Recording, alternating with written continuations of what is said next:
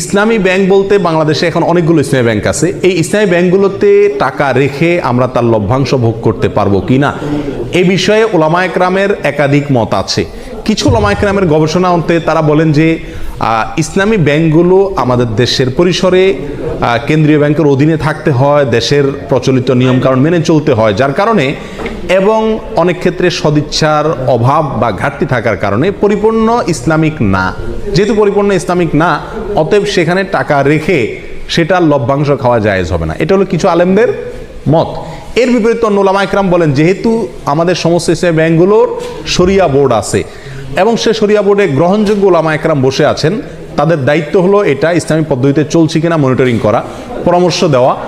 তো সেক্ষেত্রে ওলামা একরামের এই শরিয়া বোর্ডের উপরে আস্থা রেখে তারা কি করছেন না করছেন ওই দায়িত্ব আমার না। আমি ওলামা একরামের শরিয়া বোর্ডের প্রতি আস্থা রেখে সেখান থেকে লভ্যাংশ খেতে পারি। দুইটা মত পেলাম কিনা?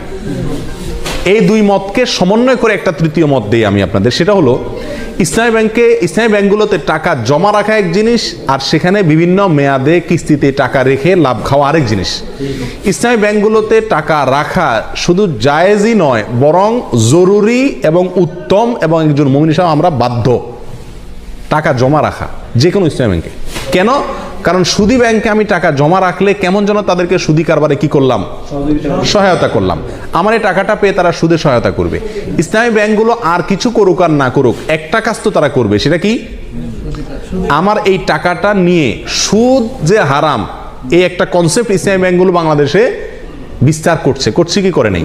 অন্য ব্যাংকগুলোতেও বলে কয়ে ঘুষ দিয়ে ঘোষণা দিয়ে কি দেয়, সুদ দেয়। আর সুদ যে হারাম এই কনসেপ্টটা ইসলামী ব্যাংকগুলো বাংলাদেশে একরকম প্রতিষ্ঠিত করছে। বাস্তবায়ন যাই হোক এটা জানাইছে, এলেমটা তারা প্রচার করছে। স্বীকৃতি এবং স্লোগান হলো তারা সুদমুক্ত ব্যাংকিং চায়। অতএব তাদের কাছে টাকা রাখা আর সুদী ব্যাংকে টাকা রাখা বেশ কম আছে না নেই? সুদী ব্যাংকে টাকা রাখা মানে সরাসরি সুদখোরকে আমি হেল্প করা, ঠিক না? তাহলে আমরা ইসলামী ব্যাংকের টাকা জমা রাখবো অন্য ব্যাংকের উপরে প্রাধান্য দিয়ে, এতে কোনো সন্দেহ নাই। দ্বিতীয় হলো টাকা বিভিন্ন পলিসিতে রেখে সেখান থেকে কি খাওয়া, লাভ খাওয়া। এটা হালাল কিনা তার জন্য বলেছি ওলামা একরামদের একটি মত। অনেকে বলেছেন যে এটা হালাল, কারণ এখানে শরিয়া বোর্ড আছে, ওনারা দেখছেন, আমার আর ভেতর দেখার দরকার নাই, বাকি দায়িত্ব তাদের, আল্লাহর কাছে তারা সব বিষয়ে তো আমি গভীরে যা দেখার দরকার নাই, জরুরি না। আর সবচেয়ে বড় কথা হলো তারা বলেন মুসলিম হিসাবে আমরা যেরকম মুসলিম ভেজালও আছে ভালো আছে, ইসলামী ব্যাংকগুলো এরকম দুধের দোয়া না, তাদেরও ভুলও আছে সঠিকও আছে। কিন্তু তারা যেহেতু সুদের বিরুদ্ধে স্লোগান নিয়ে রাস্তা নামছে এবং ওটার বিরুদ্ধে একটা ফ্লো তৈরি করতে চাচ্ছে, অতএব তাদের ওখানে টাকা রেখে হালাল ব্যবসার পলিসিতে টাকা রেখে লাভ খাওয়া মাসে মাসে জায়েজ আছে। এটা হলো আমাদের মত। অন্য ওলামা একরাম বলেন যে না, পরিপূর্ণভাবে ইসলামীভাবে চলতে পারে না, বাধা আছে, অথবা সদিচ্ছার অনেক ক্ষেত্রে অভাব আছে, এই জন্য না জায়েজ।